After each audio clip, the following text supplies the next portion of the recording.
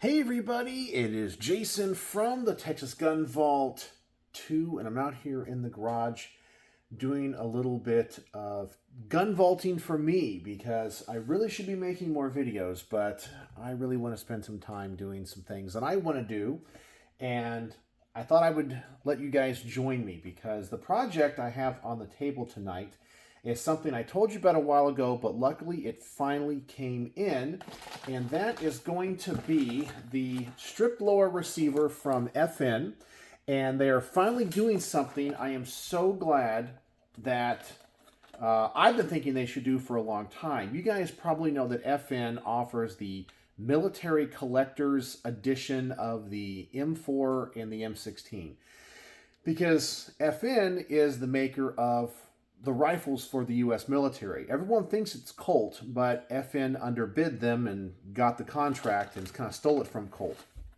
And then FN came out with these military collector's editions, which are pretty close. And I know that pretty much anybody that posts in the comment section on the videos that I make about the FN collector's edition guns, I know have all seen Chris Bartocci's anyway, Small Arms Solutions videos on them. And sometimes I think Chris, who is a great wealth of knowledge, sometimes I think he inadvertently gives people information that makes them think they're smarter than what they actually are, and then they take this information and go out and be jerks and be mean to other people. Because Chris was talking about how the FN military collector's rifles are close, but they don't have all of the correct markings because of the limitations of the technical data packages that, due to the contract, they can't put on the guns. And so when someone says, oh, this is just like the ones the military uses, you always get the people in the comment section, you need to go watch Small Arms Solutions, you're an idiot, that's not right. I know, they're close, they're so close. And they went as far as they can legally to do that. And I always get those people. But anyway, I have one of the FN Military Collector Edition M16s. And a while ago, I said they need to make just the strip lowers and release those because they have pretty close markings on them. Not the same, like they're made in a different factory and so forth, but they have the right FN logo on them, and the fonts for all that, and it has like a QR code on it for inventory purposes and all that. Well, FN finally started to make these, and they offer both the M4 and the M16. Now, besides having that military edition one, I was able to, at a gun show a couple years ago, pick up an FN surplus M16A4 upper receiver, which is what I have on this particular gun right here. Now, this one does have all of the correct technical data package markings on it. On the barrel, as the cage codes and the correct. As I said, everything on this is correct because this is a military surplus M16 upper. I saw a few of these on some of the auction sites for a while. I don't know how many made it into the wild.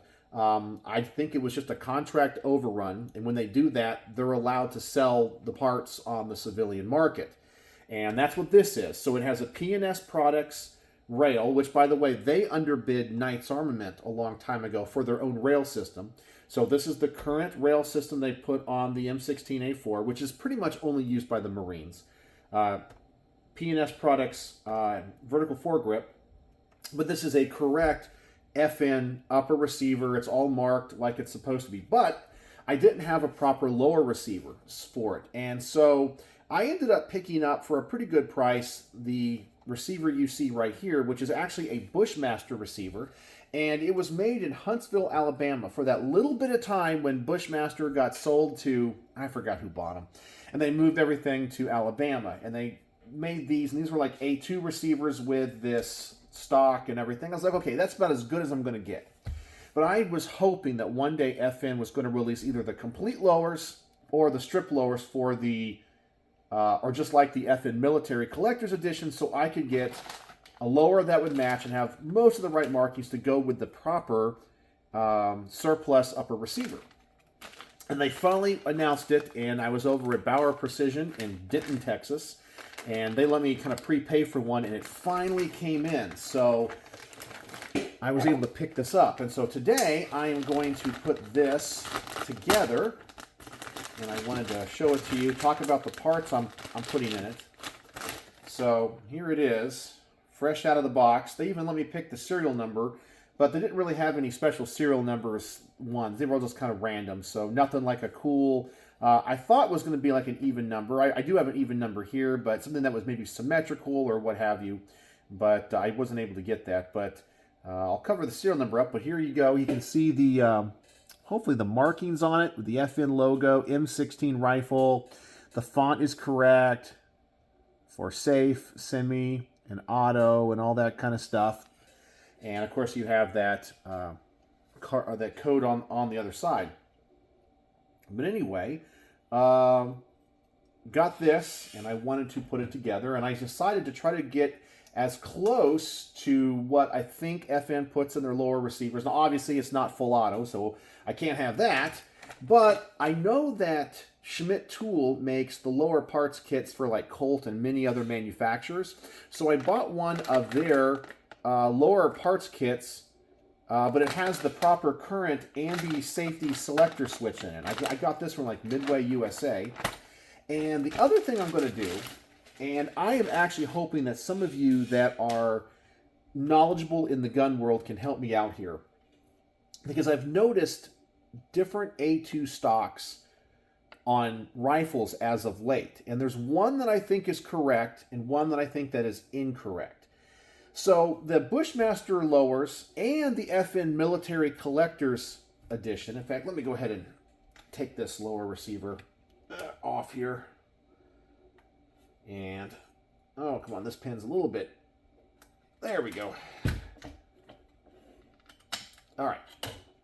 So on this lower here, the stock material is, it kind of feels a little bit, it's rougher and it feels softer, almost like it's some type of, I don't know, it's not really hard plastic, and you can see it's a little bit different color. It's kind of a lighter gray, and this is what I see on pictures when it comes to the actual M16s that are deployed. This matches it perfectly, and as I said, even the FN guns have this one, and I'm pretty sure they're going to, source their stocks from the same place. But every place you go to buy an A2 stock, and I'll tell you, like soy sauce, you never want to go generic on A2 stocks, because the spacer in here can be a little bit off, and these things can rattle like crazy. But I found a place that sells what's supposed to be surplus A2 stocks, but this material is much harder plastic. It doesn't have the same feel, but it has the right look, but the material here is darker. It matches all of the other polymer. So this is the one I bought for this build. However, I think what I'm going to do, because I think this material is more correct, I'm going to use this stock on this lower and then put this stock on this lower. So this would be like a spare lower that I'll have in the safe. So that's kind of the plan right now. And I'm going to do that out here, and you guys can join me. So this might be kind of a long video or a short video. I don't know what it's going to be, because I may just cut it. I did want to talk about something else before I dive into this project, and maybe I'll start to unbox some things here while I'm talking about this. Have you guys heard about the wait times for the NFA stuff, like Form 4s and the like? I am starting to hear stories of people that are getting their forms back. I'm not joking. In 7 hours. There's a local store around here named Shields, and they had, or one of my friends knows some of the managers there, they filled out a Form 4 in the morning when the store opened, and by the end of the business day, the Form 4 was approved. But all over the place, I'm getting people telling me they got 2-day approvals, 1-day approvals, 3-day approvals. It really makes me think I need to go out and buy another suppressor, because now, if whatever they've done to streamline the system, which was always stupid to me, because all they do is the same background check they're going to do when it comes to like the NICS check, they're doing it. So we're seeing wait times at least under a week, and even at Bauer Precision where I was, they were talking about that.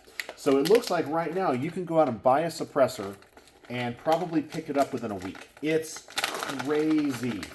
It's crazy. So are you guys hearing that? And have any of you guys had or experienced those crazy wait times, because that is freaking awesome. All right, so we got all the parts here I need. I'll probably wipe these down. They're kind of covered in grease. Takedown pins. Correct pistol grip. How in the world did that takedown pin get caught in that grip? Come on. There we go. All right. And we got the safety selector inside the grip. There we go.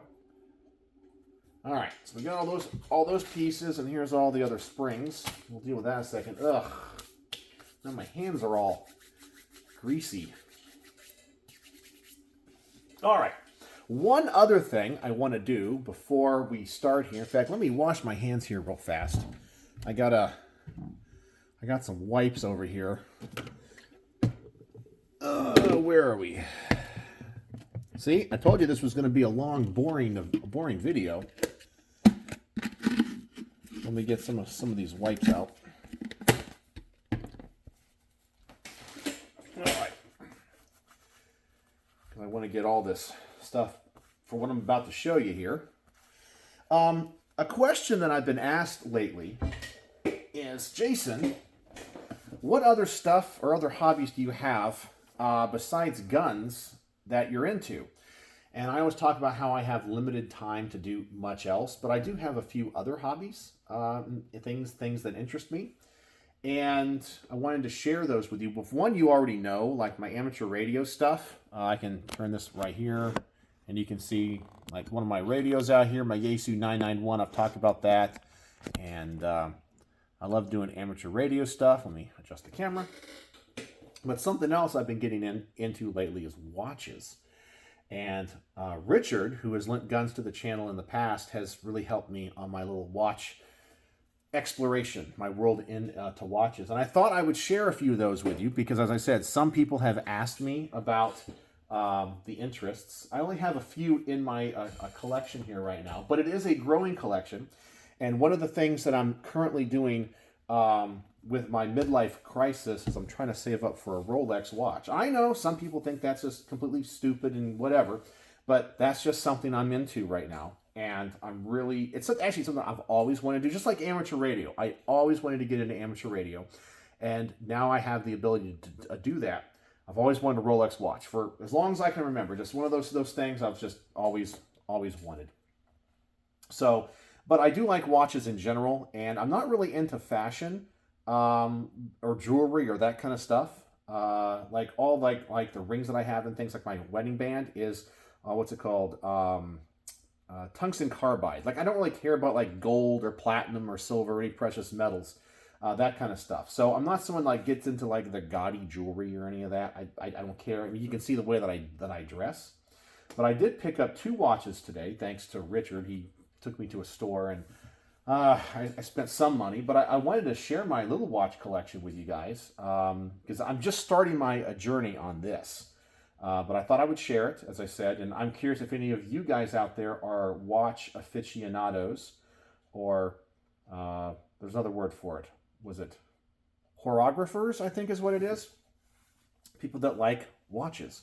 I think that's the word. I'll have to double check. But I thought I would share. Some of these are kind of like entry level, like lower end stuff, and some of them are really, well, I think are higher end for me in my journey. So just a quick journey through this. As I said, people have asked.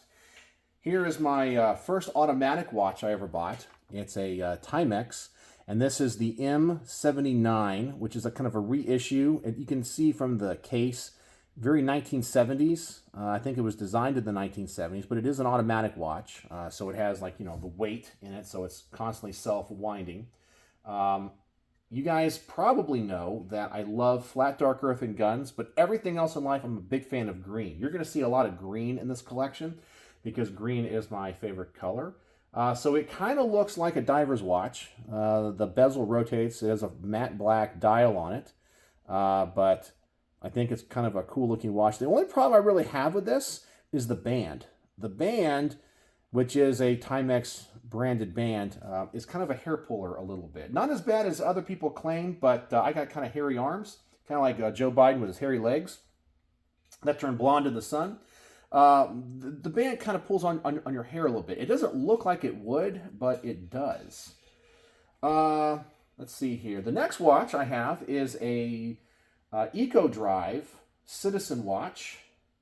And this was actually a gift from my wife, and it blends a couple of geeky passions that I have. I love Star Wars, and obviously now watches, and this is a Citizen watch. It uses their Eco Drive. It's actually solar powered, and it stores the power in a capacitor inside, and it's quartz movement. But if you'll notice the colors of it, and maybe on the dial, it has Yoda in there. I know it's not a kid's watch. This thing is actually a pretty darn expensive watch. I know it's not coming across on this camera very well. But that's kind of a way of me being geeky, but nobody else knows. But it has the kind of a gold color, green accents. There's that one. Then there is, let's do this next one here. Now this one was a watch that Richard turned me on to. And this is a custom watch made in Hong Kong by a company called Tiger Concepts. And this is the Model J, which is a copy of the Rolex, I think it's the 6538, I think it is.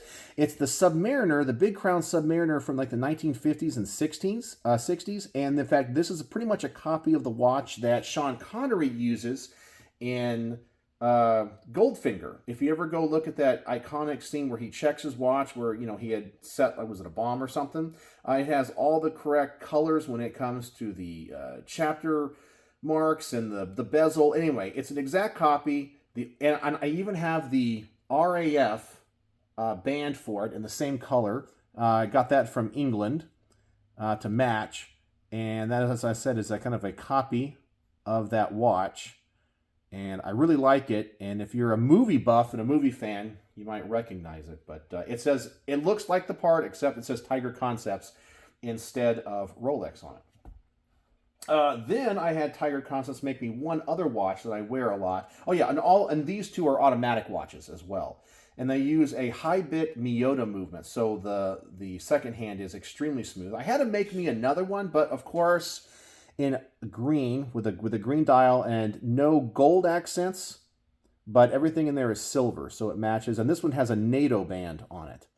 So it's not wound up right now, but I love this watch. I wear this one a lot, and all these have sapphire crystals in them as well. So this is the watch that I wear the most. Then I got one more automatic watch that I literally bought today, and this is another Seiko, and this is a diver's watch right there. Obviously the green and blue accents. This is an automatic watch as well. I think this one's probably going to go more in my daily carry than anything else. I love the color of that. I like black dial watches, as you can tell. And it looks nice. I like it. I just got to set the date on it and everything. But the clicks on the bezel are really, really nice, very tight. It does not feel cheap. This is, I would say this watch is, what is the MSRP on this one? The MSRP on this one was like $500. I got it for a lot less than that. And most of these watches, like the Timex is about, I don't know, about like a $300 watch. The two Tiger Concepts are about $350 each. The Citizen's about $350 or $400. This is about a $500 watch. But really nice. This one feels really good quality. Then, moving up on the price scale, one of my latest watches is a chronograph. This is the Seiko. This is actually, I'm trying to think of what they call it, the Prospex one. This one's also solar powered, and it's a chronograph. And the complications, the subdials, are actually the solar panels for the quartz movement. And this thing can, I want to say, if it's in the sun for a couple hours, it has enough battery power for like 7 months. And the chronograph works really well, and it has, and this particular color is the limited edition one. So they had this kind of a light blue dial with this two-tone strap, and this was a limited production of 10,000 units. Not super rare, but all of the other colors are just normal production. But I got this one here. The MSRP on this one's like $800, but you know, if you shop around, you don't pay anywhere near that. So that one I think is really cool. And what I think they're going for is the look of the Rolex Daytona. And that's why some people call this the Saytona. And one of the premier Daytona kind of color combinations is the ice blue dial with a platinum case. And I think that's what they are going for here, even though they say it's not. And then the last one I actually bought today, and this is going to be my most expensive watch. And this is a Bulova. And this is the Lunar Pilot. So this is also a chronograph, and it's their high bit, or high, was it their, what is it called? Anyway, it's their precision quartz movement. And the dial on this one is actually made of meteorite. And this was a limited production of 5,000 units. The meteor that they took this from is one that was found in 1906. It has a titanium case to it. The one thing about this watch that I think is kind of cheap is the band. And I was watching some reviews on it. It has a NATO band, but it's kind of like this thin leather. So I don't know if I like that. I don't think I'll change it because it's the package that they made for it. But no two dials are the same because they're cut from meteorite. And this is supposed to be a copy of the watch that was used on Apollo 15. They were sent up with Omegas, or Omegas, depending on how you pronounce it, Speedmasters. But Bulova produced a watch that was actually a little bit, I guess, more reliable. Like some of those Speedmasters in space actually had the crystals come off. And the Bulovas are more accurate with this particular quartz movement because in space, the automatic watches and all that don't work well because of low gravity or no gravity whatsoever. So this was actually, a version of this watch was used in Apollo 15, and then NASA got a contract with them after they used these as backup watches on the space program. So this is the Lunar Pilot model, and that MSRP is about $1,500. So that is what my watch collection currently is. So as I'm going through my midlife crisis right now, this is what I'm kind of into. It's kind of weird. I said I'm not really into fashion, but I think it kind of stems from my love of mechanical stuff and, you know, guns and that kind of stuff. I love classic cars. I love everything mechanical. And that's kind of what this symbolizes right here. So that is my current midlife crisis, but I am saving up for a Rolex, and that's one of the reasons why I really haven't bought many guns lately, because I'm kind of saving up for that. Okay, so here's what I'm going to do. If you've stuck with me for a while, this is probably a super long video. Just so my phone doesn't cut out on me, I'm actually going to make a cut right now, but then I'll start the phone back up, and I'll just piece the two long videos together as I try to put this together. So get ready for a cut, but the video will continue, and I will be right back. All right, so if you decided to continue watching this video, we're going to start to put this thing together here. So when it comes to lower receivers, I always start from the front and go back. So I'm going to start with my front takedown pin spring and the detent.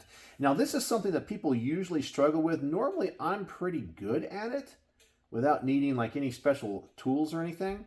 But I don't know. This is where if you screw up, it ends up flying across the room and, you know, going somewhere else and losing it.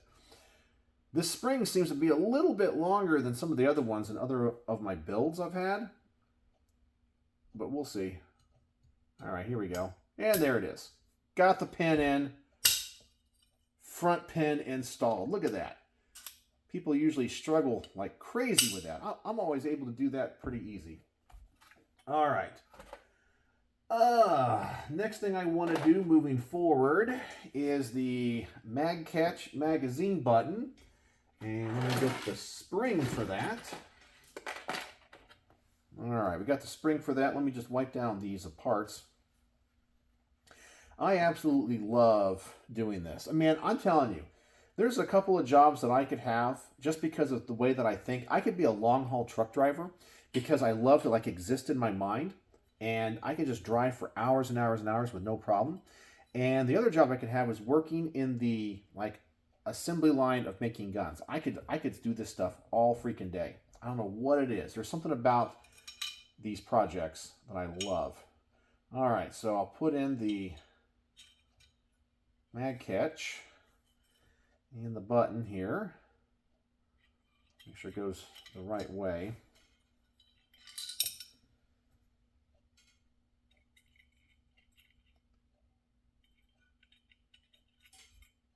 All right, here we go. Of course, it's giving me a little bit of problems right now. Jerks. Come on, part. Let's do it. Okay.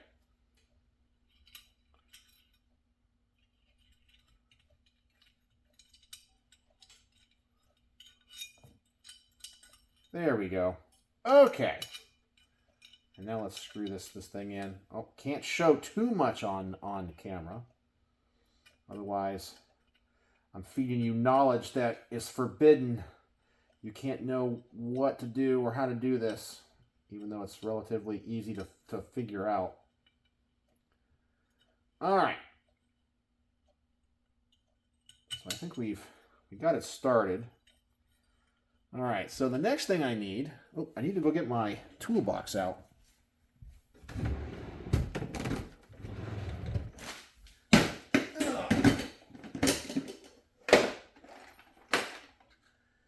And let me get a punch. So what I'll do is I'll push this through. Need a bigger punch. Push this button through, and then I can easily screw it down. Let's see here. All right, here we go. On this punch. All right, just like that. Hold it down, and then screw this thing in.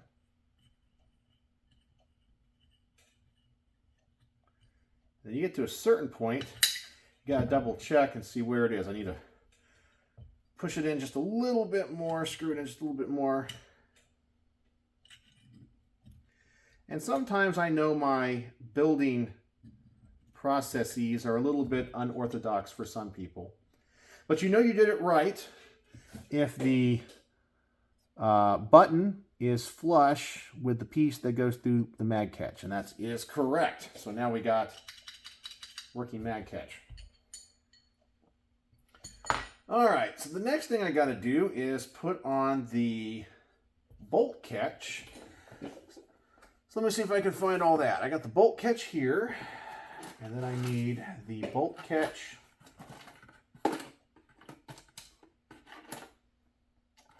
let's see here. Bolt catch spring, which I think is this one. And the bolt catch detent. All right, let me make sure I have, there it is. I remember when I was younger, all these different springs used to confuse me, but now I know what each one looks like. All right, so I'm going to need a set of punches for this one. All right. Spring in, and then the bolt catch. Go in here. Then I need a roll pin.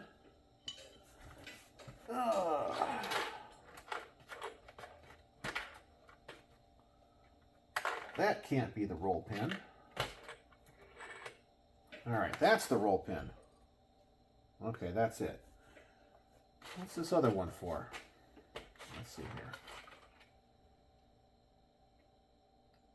Oh yeah, that's for the trigger guard. Now I will tell you, when it comes to buying lower parts kits, always buy ones that have aluminum trigger guards, not polymer trigger guards, because those are cheap. And I think it's indicative of the quality of the parts kit. All right, let me get a roll pin punch and a roll pin holder here.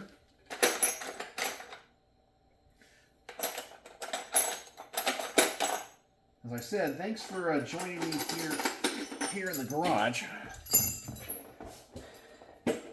Hope I'm not boring you. If you turn away, I don't blame you. All right. Man, I always pick the wrong sizes. Nope, that's the roll pin punches. See if I can find the right one. All right, that's the right roll pin holder. And by the way, these roll pin holder tools are worth their weight in gold if you're working on guns. And then let me get the right punch on the other side. Got it. Okay. Now, I'm going to do this another unorthodox way. I see people all the time taping up their lower receivers and so forth. But for me, I don't do it because I've done this so many times. And of course, this will be the time that I scuff it. But normally, I don't. So, all right. So, I got all the parts. Let me get that spring out of there. I guess it's going to stay in there. All right. So, I'm going to start the roll punch, or the roll pin, with the holder. Not going to tape the lower. Need my hammer.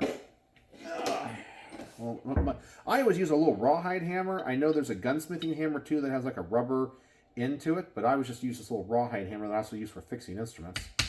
And then I start the roll pin, and thank God it goes in easy. Oh man, sometimes they do not go in easy. Like the size is just a little bit too big.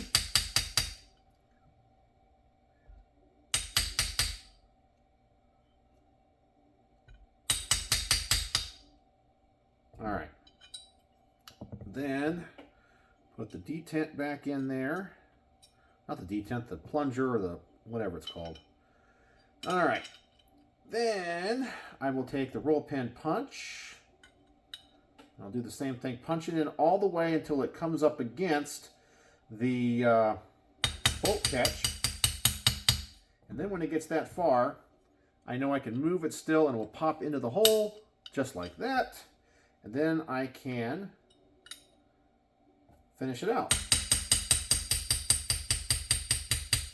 And I hope that sound isn't annoying on the phone. I know when I hit the table here, I'm sure it's making an echo on the camera.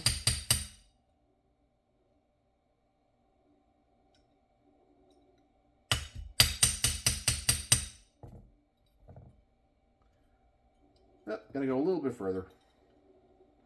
I want it flush with the receiver. And there you go. Not a scuff on it. That's how you do it right there. You can tell I've done this many, many, many times. All right, now working our way back, we got the trigger group. So I'll need the trigger. I'll wipe it down. And then I will put on the disconnector spring. What else? I'll need the disconnector. Wipe that down. That's looking good. All right, so now I'll need a pin, a trigger or hammer pin here.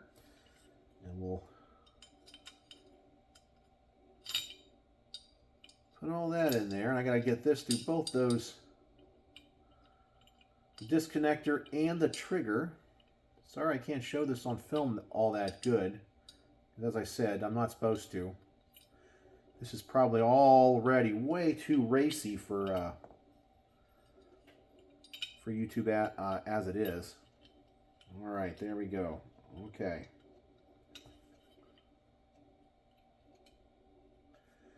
All right, so let's start this thing.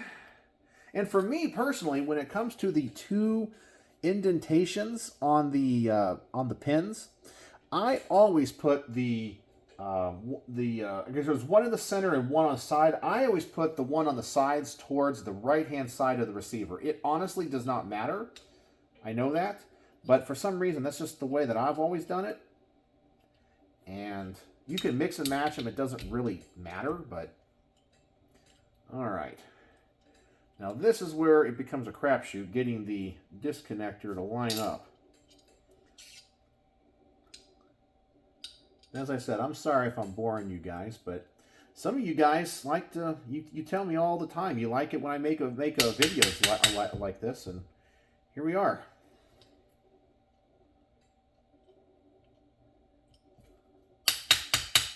And I'll know when it gets lined up because we'll pop through. And I know some people are saying, Jason, you're doing this in like in an unorthodox way. Well, it's what I do. It's what I like to do. So get over it. Man, we're close. Come on.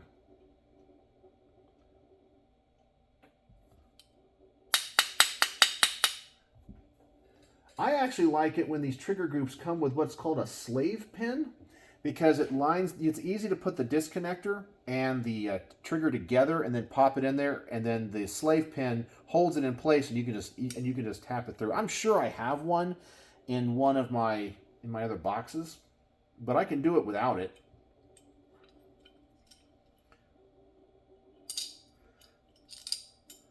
All right, so we got that started, and that is all right. So here we go again.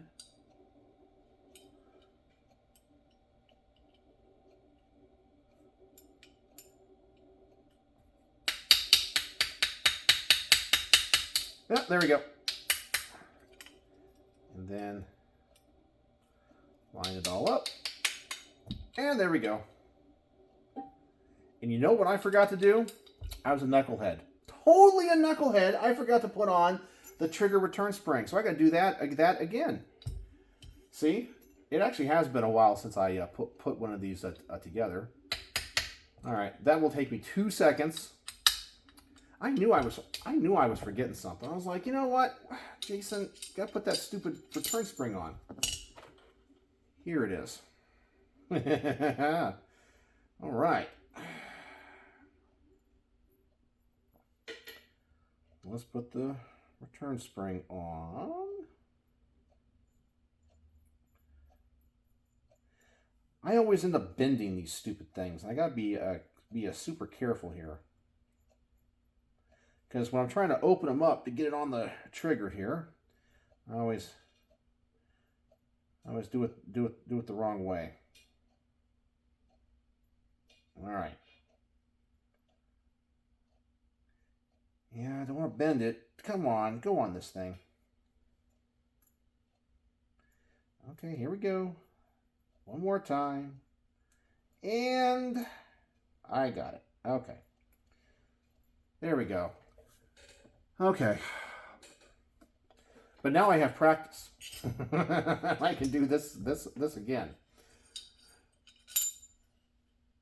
I like to think, you know, one of the things I've been wanting to do on my channel is to do like field strips on guns blindfolded to show that you have competency in, like, you know, handling firearms. And I think, with the exception of this part right here, I think it's possible to put together an AR-15 without looking at it. I really do, with enough practice and time. I really think it's possible, and I think that would be a really cool, like, contest to see who could do that.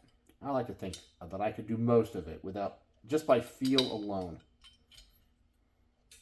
It would obviously take me a lot longer, but I could do it, I think. All right. And here we go again. See if I'll be lucky this time. Maybe not. I can see through it.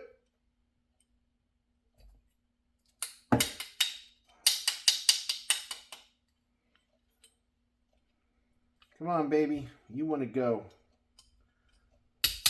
There he goes. All right, so now that trigger is in there with the trigger return spring. Woohoo!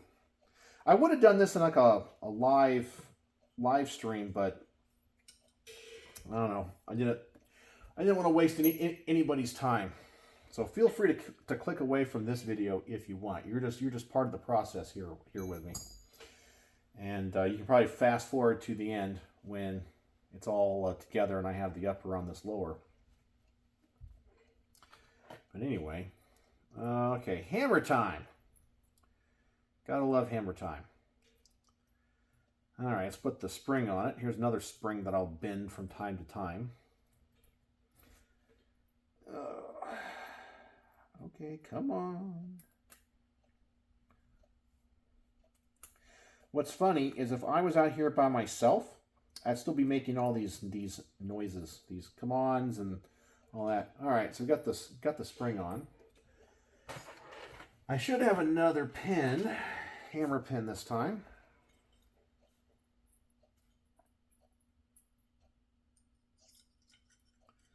All right, this is the harder one to put in my opinion, because the hammer spring is under so much more tension. And then make sure my pin is going in the right way. I know some people are going to say, Jason, you should have a jig for this. Hey, I do it my way. Right, like the Frank Sinatra song. Sometimes it goes, sometimes it doesn't, but... All right. Nice, drop the pin. Ugh. But hey, I haven't had anything get flung across the room yet, so we're gonna call that a win right now. But the build isn't over yet. I'll probably have to stop the video again just to be sure I don't go over on time, because the camera will stop after a certain length of time. There it goes. All right, get it started. Now,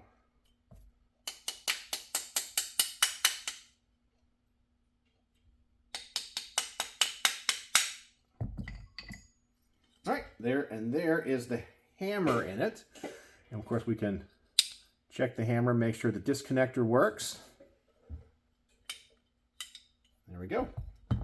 All right, next up, trigger guard. That's easy. The first one simply just pops in there. And then we got that other pin.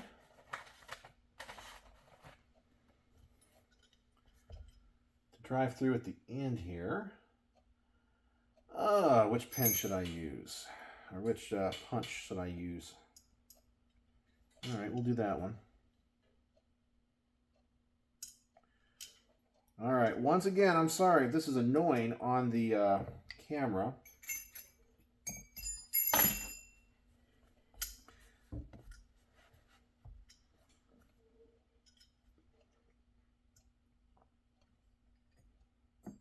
All right, where did I put that punch?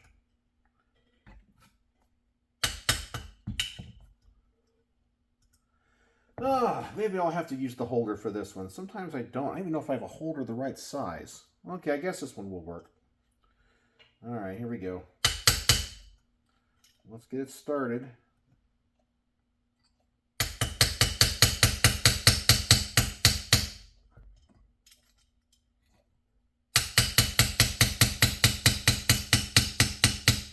All right, is that annoying yet? All right.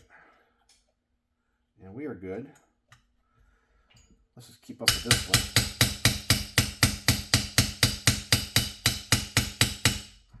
That pin is going in there. Kind of tough. But it is right.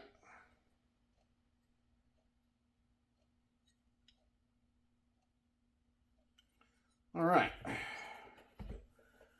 Well, let's see here. Where's my other roll pin punch? All right, here we go.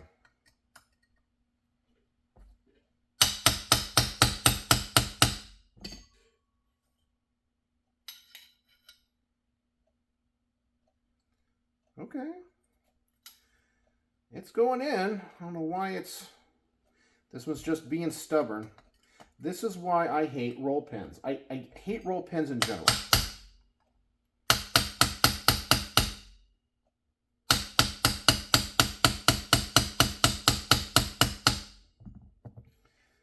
Yep, this one's being a jerk because it's too big. I'm making sure I go. It's the only roll pin for it. And then if you pound on it too much, it can expand. So let me see here. Let me punch it out from the other side. Let's see what we got going on here.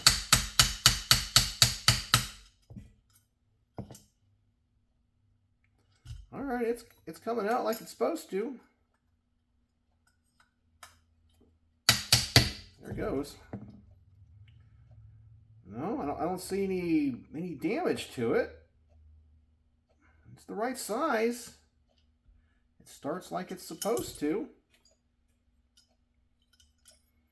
All right, maybe I'll go from this side. I promise you, with every single build that I do, every build, there's always one thing that doesn't work. There's always one thing that's the wrong size, or it's just a little bit out of spec.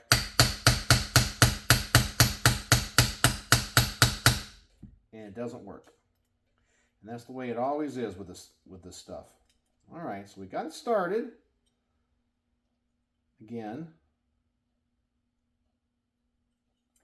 All right. I think I have some other roll pins that are smaller. I may have to go get those because I think this roll pin is honestly too big. Just a little bit too big for this. So I'll have to go see my thing. Just one more second. I'll try it one more time. If it doesn't go in easy, I'm going to go see if I can find that other roll pin. Yeah, that thing is not going in like it's supposed to. So we're going to, let's see here. Well,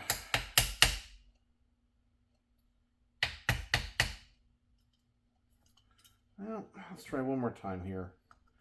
I get everything lined up like it's supposed to be.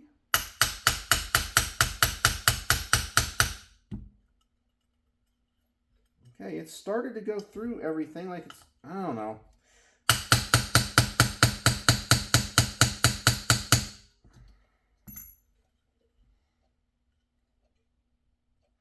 Yeah, I'm gonna go see if I got a different roll pin. This thing is honestly just a little bit too big. Just a little bit too big by just a little, I don't know. All right, so that roll pin, I mean, it is just like a micron off, where it is just giving me an absolute problem. All right, so I'm gonna go see if I can find another roll pin for this. I'm pretty sure I got it, and see if that one will work. So I'm gonna take a break here for a second. I'll come right back.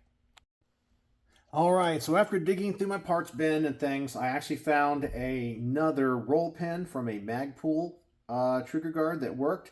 I think what the problem is sometimes when they're manufacturing these guns and manufacturing the lowers, the drill bits that they use to drill through certain parts, they get worn out over time and they become smaller. And then when you have a standard size roll pin, it won't go through. And I think that's kind of what happened here. So eventually I found one that was a little bit smaller and it went in, but it was still extremely tight. But it does work. I can still drop down the trigger guard, and I had to pound the heck out of that. So I got it in there, but yeah, it's just, that's the way every one of my builds goes every single time. Man, I always have that one part. So hopefully that's just going to be the one problem that I have. Okay. So let us now get the safety selector switch in here.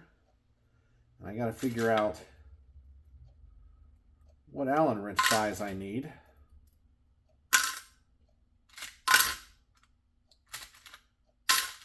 So if you've made it this far in the video, tell me, do you guys like these types of videos? As I said, this is just a video behind the scenes, not designed for entertainment or educational purposes, just us hanging out here in the garage and having you join me a little bit.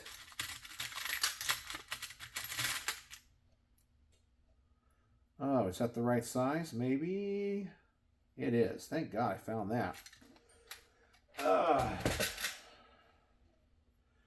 Every time I have a project, and you know, you usually get like an Allen wrench with it, I just put them in this big tub of parts or other Allen wrenches, and maybe one day I'll use them.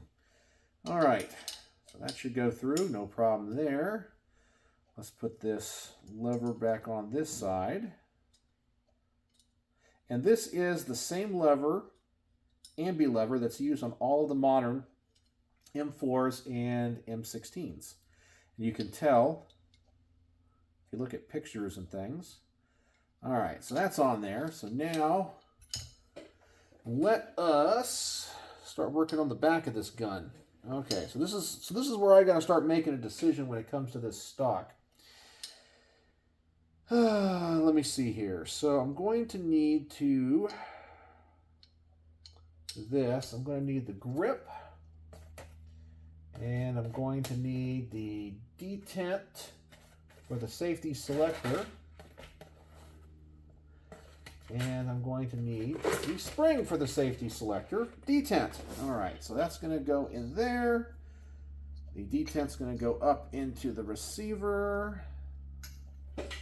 And do I get a screw? Oh, I get 2 of them.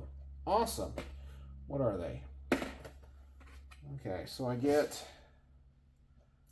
one of those. It's a regular screwdriver head. I kind of prefer the ones that are Allen wrenches.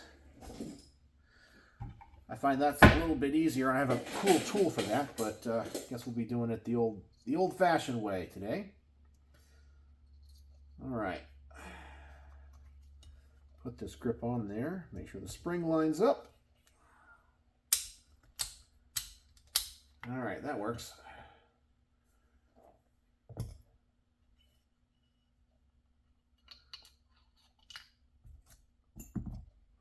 And as I said, I already know some people in the comment section are going to be like, you're doing this all wrong. This is how you're supposed to do it. This is the way I do it. I've built tons of guns. Maybe it's unorthodox to some people. All right, there we go.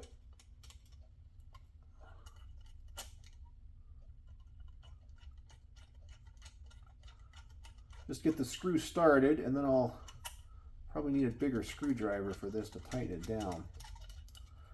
All right, I got that started. Where's my other screwdriver?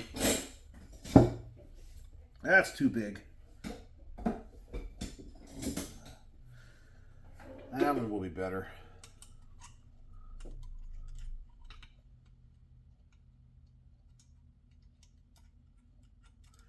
Do you guys like to build ARs like this?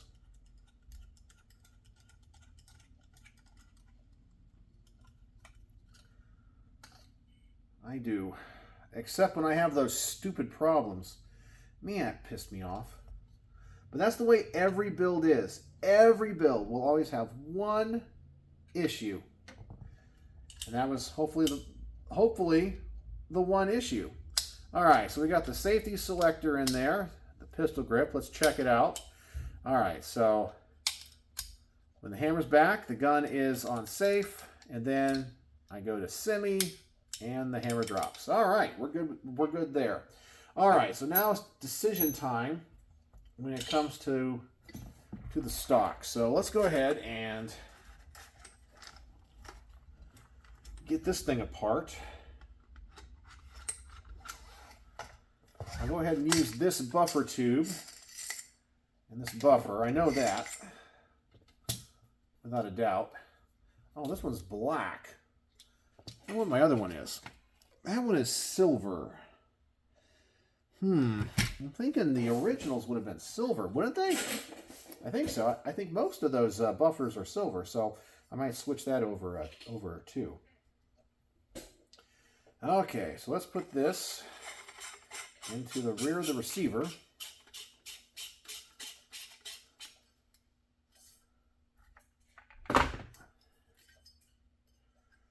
All right, so what wrench size is that?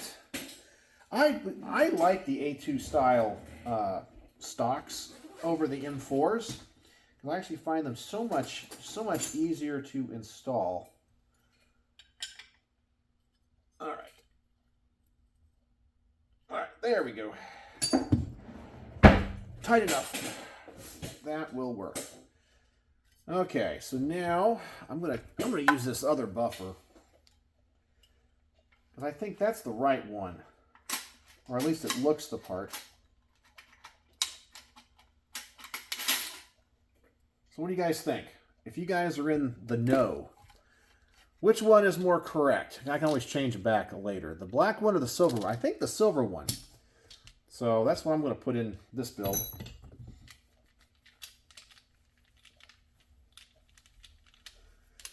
Okay. Oh, dang it. You know what I forgot again? I forgot another step. Man, I am out of practice on this. I forgot the buffer retainer. I gotta get that the wrench back out here. All right, here we go. Let's unscrew this. Here we go.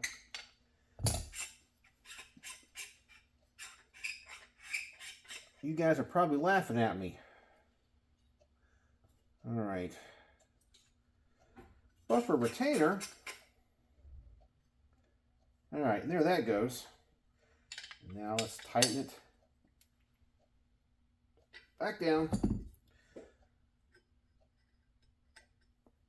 All right. There we go. Now that's working. Now let's put that spring in. Put the hammer back. That spring in. There we go. Okay. So now what I'm supposed to do is put this stock on that, and of course put the detent for the rear takedown pin on. But I think I'm going to use this other stock. So we're going to do that. So let me get this thing out.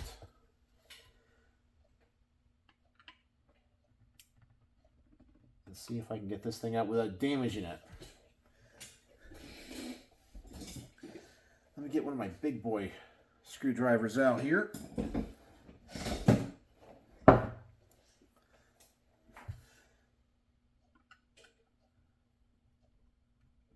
Ooh. And that one is in there nice and tight. Woo! All right, well, I know I have the little tool for this somewhere. Okay. Well, let me get that. I'm going to make another cut here in the video. I was hoping to do this all in one take, but apparently I'm not going to. All right, so I'll be right back. All right, so I'm back, and here is the screw, and whoever assembled this thing put on some red Loctite. Man, that was hard to bust off. I don't like to use Loctite on anything when it comes to stock. Anything that can be normally changed out in the course of basic maintenance in the life of the rifle, I'm not a big fan of using Loctite unless I absolutely have to. And that was an absolute beast to get off. So, let me see here. I believe this stock has the buffer or the extension to it. Let's see here. The one that came on the Bushmaster was plastic. The one that came with this surplus one is metal. So I'm going to use the metal one. I always prefer to use the metal ones. Okay, so hopefully this will go on and not rattle. Let's just kind of see here. And it rattles. So that thing's kind of loud. Let's see what this one does.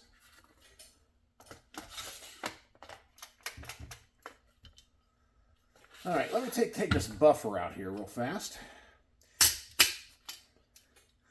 Let's see what we get.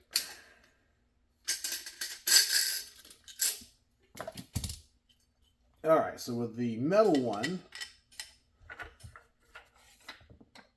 let's put the stock back on.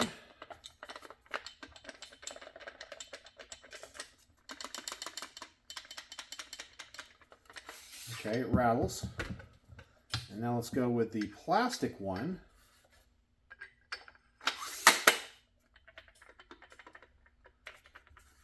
And it still rattles a little bit.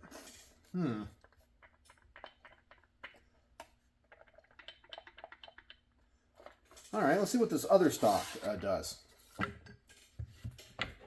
Okay. Ugh. Metal one.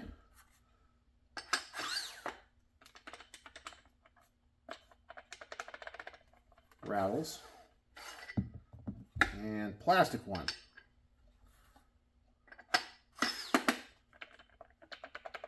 Rattles. Yeah, it's one of those things about these stocks I absolutely hate. If this little spacer is not right, they rattle. So, All right, so I'm going to use the Bushmaster stock, the one that came on the Bushmaster, and I'm going to try the metal one and see if when I put it all together, if it rattles. If it rattles, I'll probably have to put in like a washer in there to tighten up that tolerance. So here we go. Wish me luck here, because I cannot have one of my rifles rattling. I just can't do that. That's just unacceptable in my personal opinion.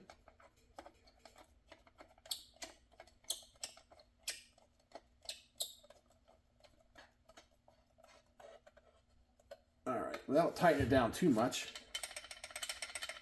Oh man.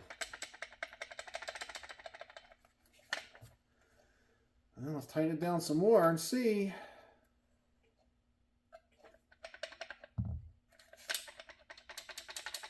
Oh, that rattles just way too much. So now we'll try the polymer one. I have a feeling it's going to rattle too, and I'm going to have to come up with, I'm going to have to find some washers to fill that gap with. I have to do this on almost every A2 stock. I don't know why it's so hard to find a stock that doesn't do this.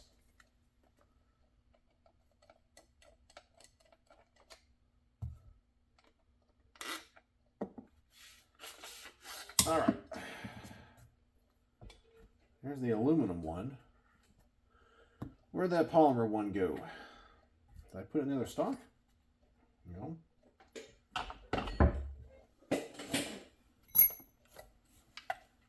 Wow, this is fun. I literally just had it here like 2 seconds ago. There it is. Okay.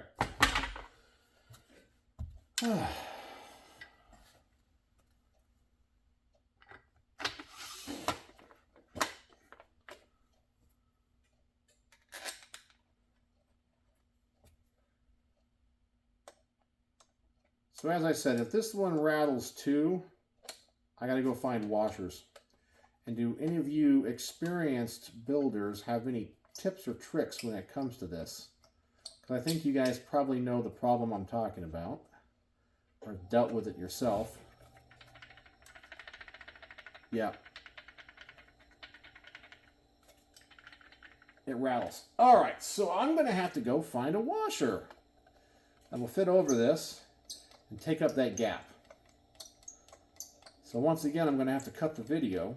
Man, I was really trying to make a video where I was going to be all slick and cool and have you guys go, this guy is an expert builder. You guys have seen my other builds, but apparently I am not going to be that lucky today. So I got to go find a washer to take up that gap. And I'm probably going to use the metal one. Here it is. And a washer to take up that gap. All right, so here we go. Got to cut the video again. How exciting. Be right back again. All right, so I think I have the perfect thing.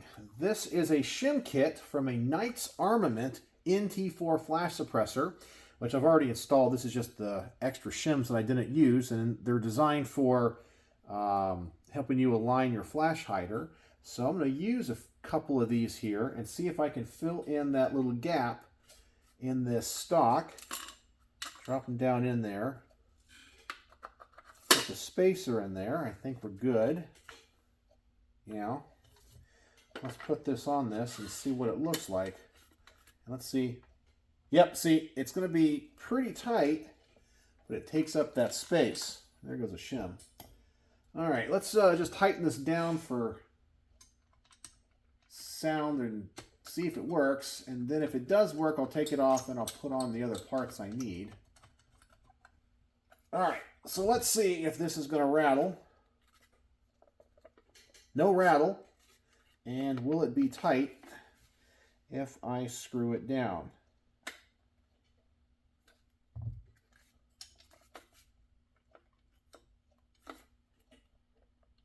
Maybe. Maybe I should only use one of those shims. It's a little bit loose, Let me try it with just one shim.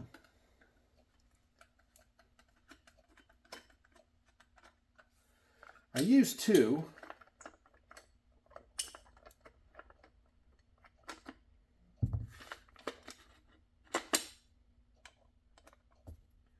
So I'm hoping this video is entertaining for some people, and for other people, I hope it is curing their insomnia, because I'm sure that's what some people are using this for. All right, so with just one shim, let's see.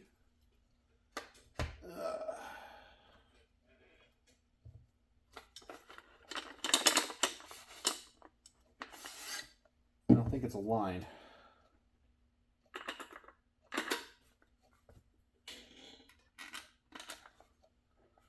All right. There we go.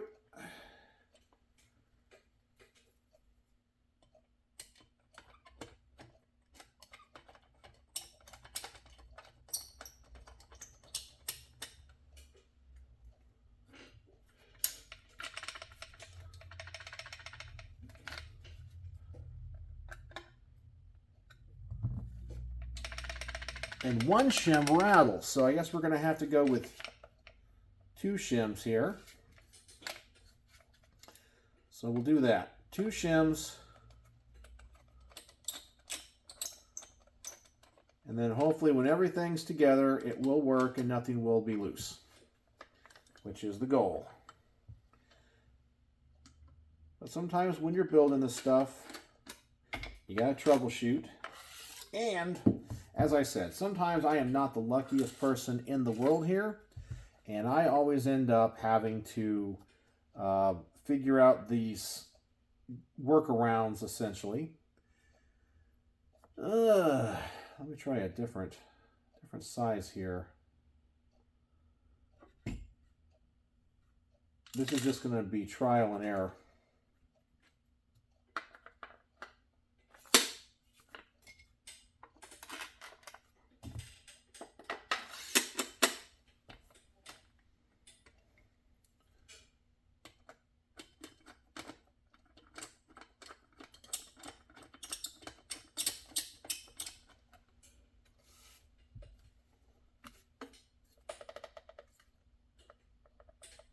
All right, no rattle on that. And if I tighten it down, can I get it tight against the receiver? That's a little loose.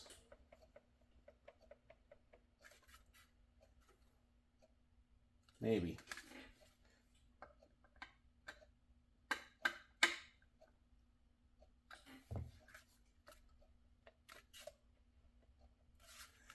I think that's going to work. I think I might go with one more thinner shim and call it, because I think that's going to work. So it's just a trial here.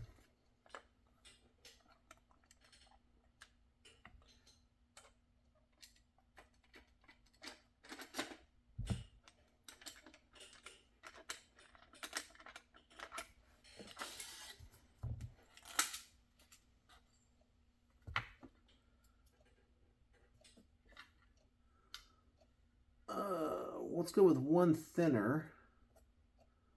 I wonder if it's the one that fell on the ground. Yep, it is. All right. One more time, and I think we should get it. So I'll go ahead and assume this one's going to work. So let me put in the other parts in this lower here. So I need the other detent spring for the takedown. Need the detent. And the pin. Okay.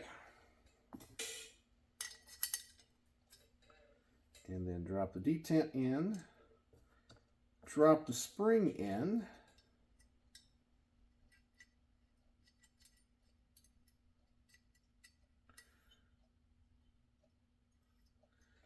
Okie doke.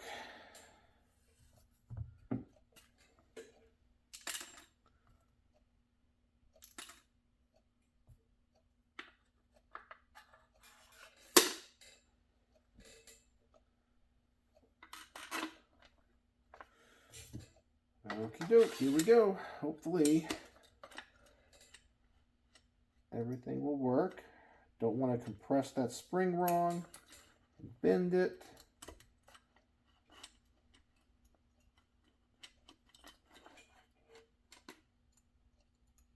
Come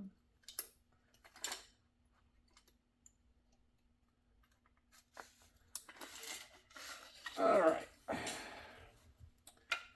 Something's not going in right.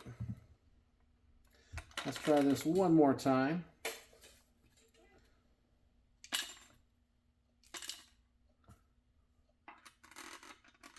Okay, that's lined up.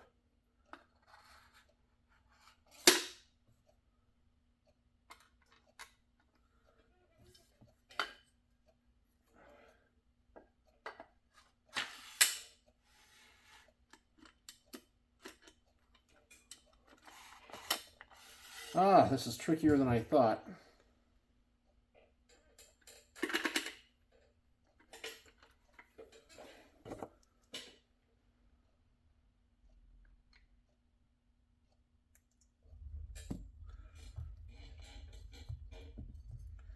Okay, maybe I'll start it this way. Make sure that detent's still in there. It is. Okay. Start it this way.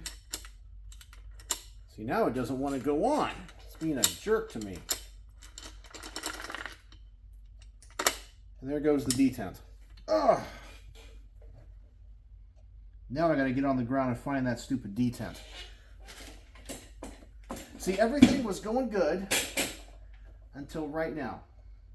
Everything was going awesome until now. I have to deal with this.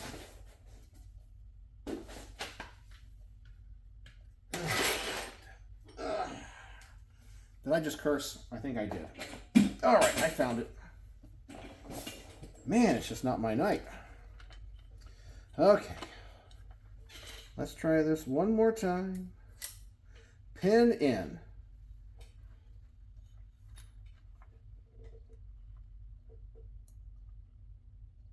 Detent in. Spring in.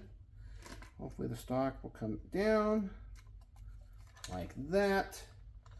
Something back here is not right.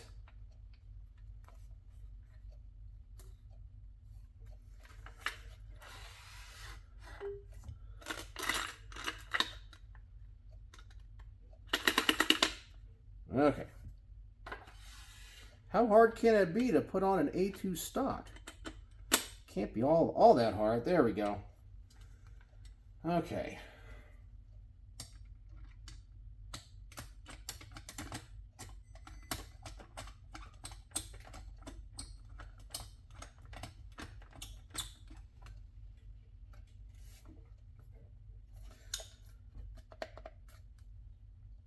Make sure the pin works. It does. All right. Stock's not rattling. So let's tighten this thing down.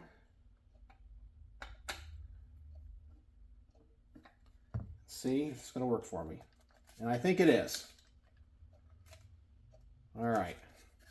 So I think I figured it out. The right number of shims to get rid of the rattle, but also keep the stock tight. We're good.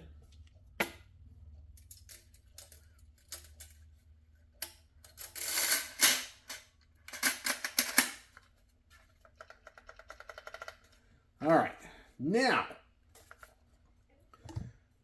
there we go. So that is, with only a little bit of cursing, the FN military, what is it, the military collector's edition lower receiver built into a lower.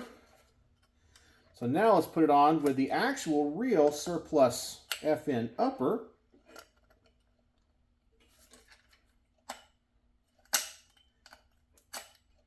And we should have a pretty darn good M16A4 Clone.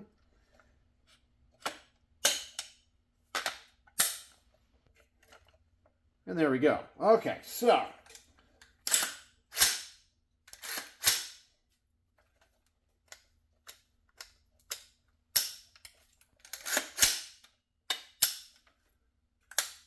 Okay.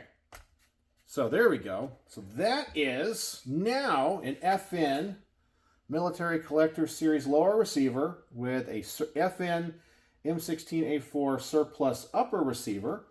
And what I think is the correct stock for this, just had to shim it a little bit. And I put on the Schmidt tool lower parts kit. So there you go. So that is a much more clone correct M16A4. So now I have both the complete FN Military Collector's Edition and this one here that's a clone rifle. And what do you guys think? So this was kind of a longer video than I was expecting it to be, and I really wanted it to be, but I wanted to show you my rifle building prowess, but I always run into problems. And two problems was the roll pin down here for the trigger guard, and of course the stock. But we got it all to work. So there you go. What a super long video tonight. So what do you guys think? And what do you think of this clone rifle build? I know the M16A4 is not everyone's cup of tea, but I kind of like it. You guys know I love clone rifles, so there you go. So let me know what you think in the comment section below, and if you made it to the end of this crazy long video. Let's use the word trouble. Trouble because I always have trouble on all of my builds. Always. I always have one part or one thing that doesn't go together like it should. Always. Always. I can never have a perfect build. Ever. But that's just the luck that I have. So tell me what you think in the comment section below. Do you like this rifle? And use the word of the day. And I appreciate it if you made it to the end of this. And what do you think about my unorthodox ways of building guns? So let me know in the comment section below. Thanks for joining me here in the garage for this very frustrating build session. So as always, thanks for watching.